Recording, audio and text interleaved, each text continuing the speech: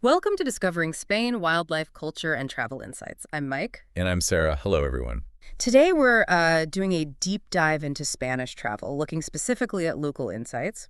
We've got an article here from Ronda Today about the Ronda Guitar Festival 2025. That's right. We're aiming to sort of unpack the key info for you, especially if you're maybe thinking about visiting the festival or just the Ronda area. Okay, so let's jump in. The Ronda Guitar Festival 2025.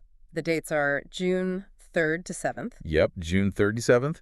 And it's the 9th edition, held in Ronda, mostly at the Santo Domingo Convent. Pretty historic place. What seems really interesting is the international aspect. It celebrates the Spanish guitar, but brings in global styles too. Definitely. Yeah. Seems like it would appeal to, well, both classical fans and flamenco lovers. A bit of everything. So the article mentions the organizer, Ronda Guitar House. Where exactly are they? Yeah. Ronda Guitar House. They're at Calle Virgen de los Remedios 23. Yeah. The article says it's near Calle Carrera Espinal, the main shopping street, and also really close to the Puente Nuevo bridge. Oh, okay. Handy location then. Seems so. It's described as this unique space, really dedicated to Spanish music and the guitar. And they have a resident guitarist, Baco Seco. That's him, Baco Seco. Performs both classical and flamenco. And get this, his music is actually used on the Ronda Voice Map audio tour. Oh, really? That's quite a connection. Ties the music right into exploring the city. Exactly. It kind of shows how central the guitar is to Ronda's whole cultural scene, doesn't it? From the festival to the audio guide. Right. Okay, so practical stuff for anyone thinking of going. Daily concerts, 7 p.m. start time. Yep, 19 NT, so 7 p.m. But it's not just concerts. They also mention master classes and other cultural activities happening. And there's a tip in the article. Ah, yes, arrive early. Explore the Puente Nuevo bridge, the old town before the concerts. Good advice. Definitely. Lets you, see the sights and soak up the Ronda atmosphere before the music starts. Makes the most of the trip. So the lineup looks pretty impressive. Let's see. Tuesday, June 3rd, Giovanni Guarana from Italy. Playing Italian guitar. Then Jimmy Liu from Taiwan. He's classical guitar. And Manuel Alonso from Mexico doing flamenco. Wow, quite the international start. It really is. And Wednesday the 4th keeps that going. Sinan Ersahin from Turkey. Turkish guitar. Interesting. Yeah. And Florian Pellier from Austria, classical again. Plus the resident guitarist Paco Seco, representing Spain with Andalusian guitar. Okay. Thursday, June 5th, Sandra Papp from Hungary. Hungarian guitar. And then 2 from Spain, Javier Garcia Moreno on Spanish guitar, and Ruben Parejo doing classical. Quite a mix of styles just within Spain, too. Friday the 6th brings Ricardo Barcelo from Uruguay, classical guitar. Philippe Ville from France. Romantic guitar? That sounds different. Yeah, maybe a historical focus there. And Juan Lorenzo from Italy doing flamenco. And the final day, Saturday the 7th. Jonathan El Baruki from Venezuela playing Venezuelan guitar. And then closing the festival is the Yardem duo from Spain. Performing Spanish romances, it says? Right. So, the article points out artists from 10 different countries. Huge variety. Paco Seco's Andalusian soul, Jimmy Liu's classical style. And the Yardem duo promising a passionate finish.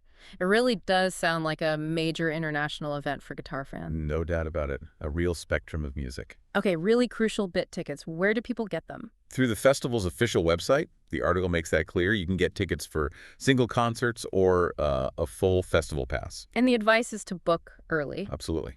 Especially for the weekend shows. Seating's limited, apparently. Standard advice for these kinds of festivals and, potentially smaller venues. Makes sense. Don't want to travel all the way there and find it sold out. Exactly. What about places to stay? Any recommendations in the article? Yeah, it suggests staying near the Santo Domingo Convent. Just for convenience, really, and to, properly experience Ronda's atmosphere. Saves on travel time each evening, too. Right. It mentions a couple of specific places, Hotel Montelirio and the Parador de Ronda, as examples.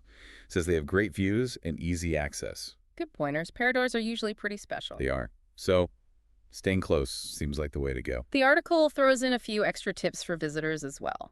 Arriving early for concerts pops up again. Seems important to appreciate the venue, too, not just see the town. Right. And bring a camera. Ronda's meant to be stunning, especially sunsets. Oh, definitely. El Tajo Gorge, the bridge. You'd want a camera. And if you've got more time, they suggest maybe a day trip. Setenil de las Bodegas is mentioned. Yeah, that's one of the famous white villages nearby. Good idea if you have an extra day. So the article also paints a picture of Ronda itself. Calls it breathtaking, the city of dreams in Andalusia. High praise. And it sounds quite walkable, doesn't it? Yeah, the main sites, Bullring, Puente Nuevo, the Gorge, are all within maybe a 30-minute walk. That's convenient. Very. And they mentioned that voice map audio tour again as a way to explore. Plus some walks for longer stays. Virgen de la Cabeza, Mr. Henderson's Railway Walk, and the Sierra de Grazalema Natural Park nearby. So plenty to do beyond the festival if you stay longer. Yeah. Hiking and nature, too. And useful detail, there's a free printable guide and map of Ronda available somewhere, probably on the Ronda Today site. Likely, yes. Makes Ronda sound very appealing. Overall, culture, scenery, the festival, and quite accessible for visitors, too, with these resources. So wrapping up the festival itself, it seems like a genuinely unique event for anyone into guitar music visiting Spain early next June. Absolutely. The mix of artists, the setting, it's got a lot going for it. The official festival website is your first stop for tickets and details.